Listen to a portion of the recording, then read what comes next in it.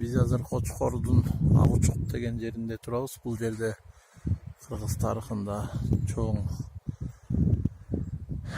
орду бар. Байтүгөл уулу Медеттатканын күмбөзү жайгашкан. Мына ушул жерде жашап өтүп, ушул жерге коюлган экен. Мына коюлган, мына бул инсан өзүңүздөр көрүп атасыздар. 1839 жылы каза болгон. Эми ошол доордо Кыргызстанга кыйын учур болуп турган, кыйын кезең болуп турган Кокон хандыгынын өкүм зордугу күчөп турган мезгил болчу. Мына ошондо ушу кыргызды талатып, жок кылдырып жиберүүгө жол бербей, өзүнүн акылмандыгы билгичтиги менен ак кызматын өтөгөн insandардын бири ушу Медеттатка атабыз болот. Күмбөз кийин урпактары тарабынан эски күмбөздүн ордуна тургузулган. Кийинки жылы анын ичинде болсо Медеттаткан өзүнүн эски күмбөзү турат. Эменин калыңдыгын караңыздар. 1 метрден да ашык. 1 метрден ашык устундары бар экен. Үстүн баары түшүп калган. Бул жагында да устун турат. Мына ошол эски күмбөздү курчап, мына ак кирпич менен тосушкан. Бул жаңылбасак ошол 2000-2005 жылдарга чейин ушундай күмбөз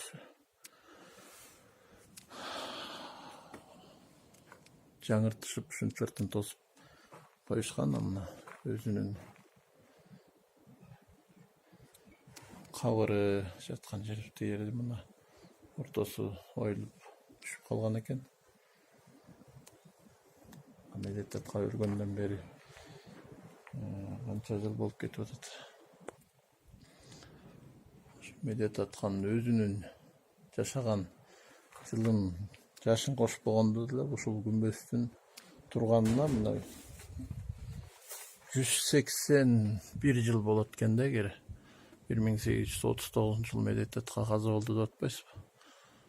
Ошондо салынса 1840 жылы салынды деп коет. Ошондо туура быйыл салынган күмбөзгө 180 жыл болот экен да.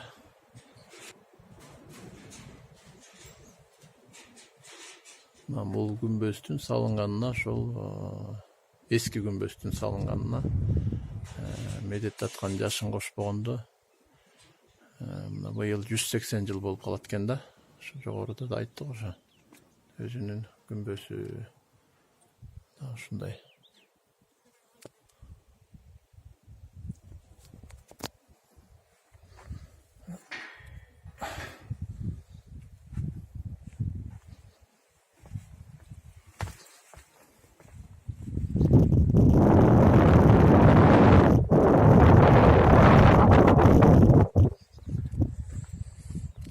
Медеттатка атабыз өзү керес кылган экен. Ушул мен өлгөндө ушул бийигирээк дөңсөө жерге койгула.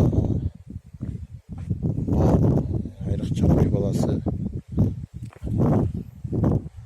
күмбөзүмдү, мүрзөмдү тебелесин дегендей керес калтырган деп айтат. Ушундай айтылат да Санжырада. Алыстан эме тетиги негизги жолдон бияка чейин 1 километрдин тегерегинде экен, чакырым. Анан алыстан кичине кичирээк болуп көрүнгөн менен мына жанына келгенде бул күмбөз аябай чоң заңкайып салынган. Медеттаткан Санжырада Кыргыз тарыхында орду чоң экен, талашсыз. Эми ошону биз унутпай билип, кийинки жаштарга, муундарга айта жүрүшүбүз керек.